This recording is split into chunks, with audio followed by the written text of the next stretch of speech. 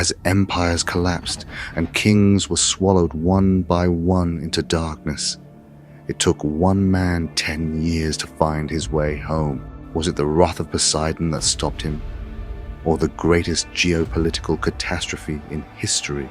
For centuries, the modern world dismissed the Odyssey as nothing more than a poet's imagination. Giants, sorceress goddesses, six-headed monsters. We called them myths. But discoveries of the last decade suggest Homer wasn't a dreamer.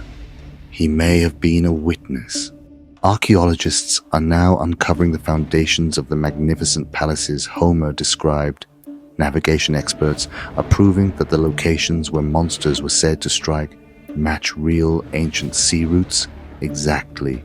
Today, we don't tell the story of a hero. We tell the story of a real man's fight for survival, emerging from the ashes of Troy against the gods themselves to find his way home. I'm Prohistorian. Welcome to history's greatest mystery. Take a deep breath, because we're departing from Troy. When Troy fell, more than one city turned to ash. The very pillars of the known world trembled. Legends tell of this war as honor and revenge, but the truth buried below was far darker. In the scorching summer of the 12th century BC, history's greatest domino effect had begun. The golden palaces of the Mycenaean kings were being buried one by one into silence. The Aegean Sea, once glowing with trade, now carried only smoke and cries. This was what history calls the Bronze Age collapse, the collective suicide of empires. The Hittites vanished. Egypt collapsed to its knees.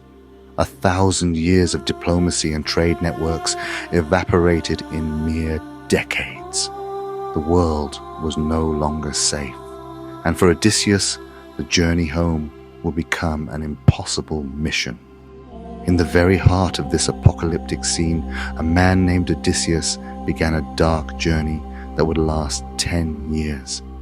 But was he the flawless, muscular hero described in the legends? Or was he a pirate king, his army scattered, his kingdom plundered, trapped in the middle of the sea? Modern archaeology tells us about a mysterious invading group called the Sea Peoples who blooded the Mediterranean. Odysseus and his men were actually part of this chaotic wave of migration. They were no longer an army. They were refugees driven by hunger and fear, plundering coasts to survive. What Homer called the raid on the Cicones was not a conquest. It was a cry of desperation. Odysseus's men were not seeking the spoils they had won at Troy. They sought only a handful of grain to make it to the next day. Every raid became a crime scene. The gods' wrath? No. What stopped Odysseus was logistics.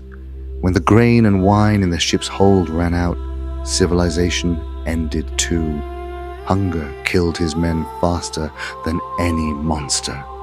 The Lotus Eaters Island, a tragic testament to sailors trying to forget their hunger and pain with narcotic plants, losing their will to fight. Discipline gave way to madness.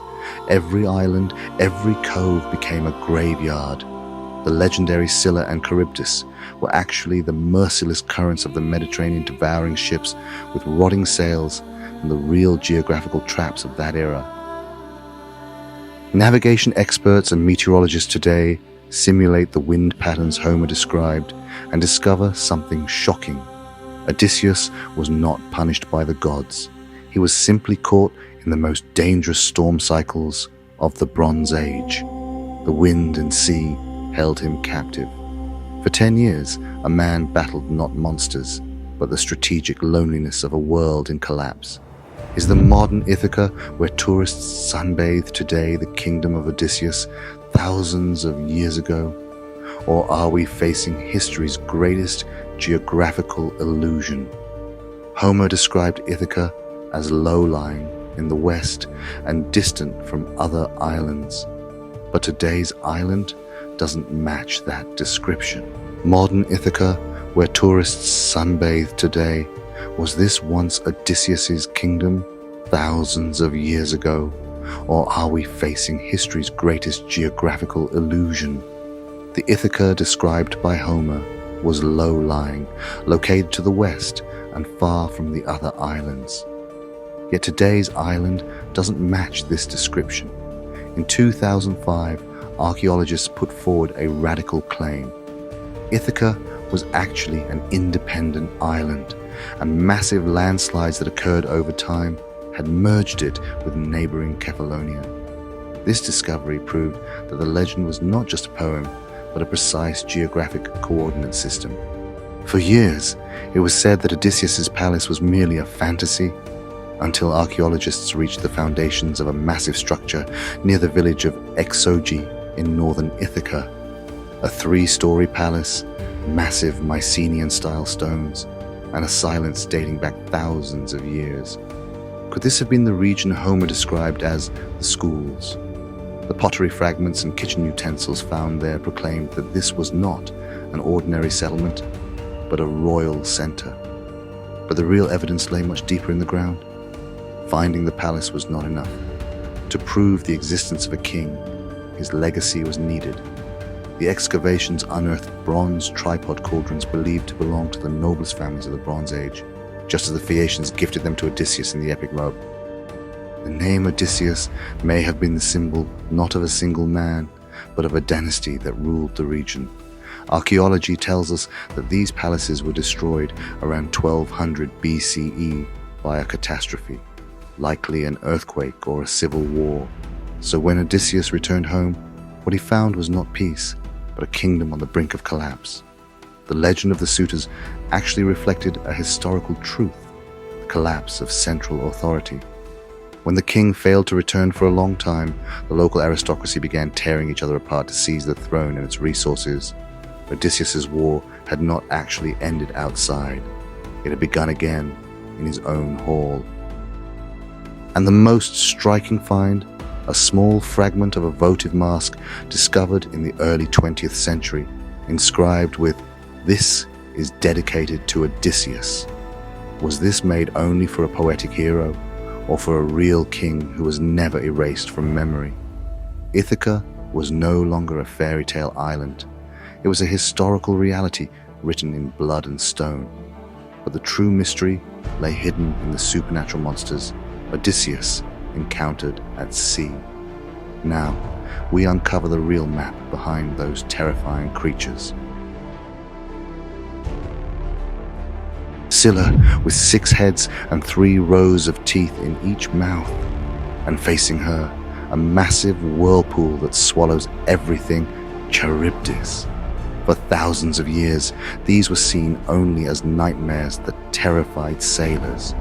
But for marine scientists, these monsters have a coordinate and the Strait of Messina. Even today, the Strait of Messina is one of the most dangerous points in the Mediterranean. Powerful reverse currents and the underwater rocky structure created massive whirlpools in the ancient world that tore ships apart. Scylla was the rocks that tore ships apart. Charybdis was the real water dynamic that swallowed them. Homer's narrative was actually a navigation guide. The warning, stay close to Scylla, because Charybdis swallows everyone, was actually a vital route given to ship captains. At the narrowest point of the strait, you should sail closer to the rocks to escape the whirlpool. What about Circe, the sorceress goddess who turned men into pigs? Historians argue that behind this legend lies ancient pharmacology and hallucinogenic plants. In the ancient world, plants like datura could induce temporary memory loss and animalistic urges in humans. The mysterious lotus fruit offered on the island of the Lotus Eaters was a drug that destroyed the crew's will to return home. Odysseus's battle was no longer with a sword, but with this chemical prison that seized his men's minds. Geography doesn't lie. Monte Circeo, when viewed from a distance, resembles an island and was known in antiquity as a center where powerful poisonous plants grew. Could Circe have been not a sorceress, but a local tribal leader who wielded the power of plants. And the greatest horror, the Cyclops, a giant one-eyed cannibal. But archaeology and paleontology come into play here. Dwarf elephant fossils found in caves in Sicily resembled skulls with a massive single eye socket. But the real truth lay underground. The Cyclopes hurling boulders was actually the eruptions of Mount Etna. Ancient people interpreted the giant lava blocks flying from the volcano as the fury of giants beneath the earth. Odysseus was not fighting a living monster, but an erupting continent.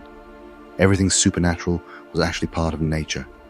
Odysseus's route was not a tunnel of horror. It was a catalogue of all the geological and biological dangers a Bronze Age sailor might encounter. Odysseus overcame these dangers because he was a master of navigation who knew how to read the stars. But this 10-year exile changed him. What he would find upon returning home would not be the kingdom he left behind. Now, we are approaching the bloodiest and darkest end of the journey. The Great Reckoning on Ithaca. Get ready, because the bow is about to be drawn. When Odysseus returned home, he could not find the thriving kingdom he had left behind. 10 years of war and 10 years of exile had turned him into an unrecognizable ghost. But Ithaca had changed too. The kingdom, following the collapse of central authority, was dying in the grip of greedy local nobles. The legend of the suitors actually symbolized a historical anarchy. These aristocrats, trying to seize the throne in the king's absence, were plundering not only Penelope's hand, but also Ithaca's last resources. Odysseus had to infiltrate his own home as a stranger, a beggar. The greatest tragedy of war is that the place returned to after victory is no longer home. For Odysseus, revenge was no longer a choice. It was the only way to cleanse his kingdom of these parasites.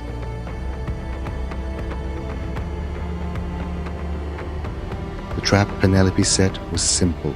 Whoever could string Odysseus's bow and shoot an arrow through 12 axes would take the kingdom. But this bow was no ordinary weapon. It was the composite bow, the most advanced engineering marvel of the Bronze Age. This bow required not just strength, but a special technique. Modern archaeologists say that such bows were made of horn, sinew, and wood, and that stringing them created tons of pressure. The nobles proved helpless, not only against Penelope's test, but against a military technology. When the beggar took the bow in his hands, a deathly silence fell over the palace. The bar was drawn, the string sang like a lyre's chord, and the arrow passed through that impossible gap. In that moment, the beggar's mask fell away. The king had returned home. The palace of Ithaca turned into a slaughterhouse. Odysseus and his son Telemachus began hunting down about 50 men in a room with locked doors. In this scene, Homer gives a detail. The sun was wiped from the sky, and the walls were covered in blood. Was this merely poetic narration? Astronomical research conducted in 2008 proved that a total solar eclipse passed over Ithaca on that exact date. Odysseus' revenge occurred simultaneously with a universal cosmic event. This was the greatest proof that mythology had a real historical calendar. When the last arrow was fired, the palace was no longer a home, but the cleansing of a temple. Odysseus had reclaimed his kingdom, but the wounds in his soul were still fresh and bloody. Penelope tested him one last time. That immovable olive tree bed, its roots bound to the earth, a symbol of unshakable fidelity. When Odysseus smiled, the 20-year war officially ended. But this victory was not just the reunion of a family, it was the end of an era. Now, let's look at the true legacy left behind by history's greatest homecoming story.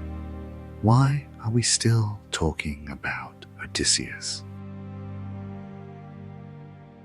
Odysseus' story was not just a king's struggle to return home.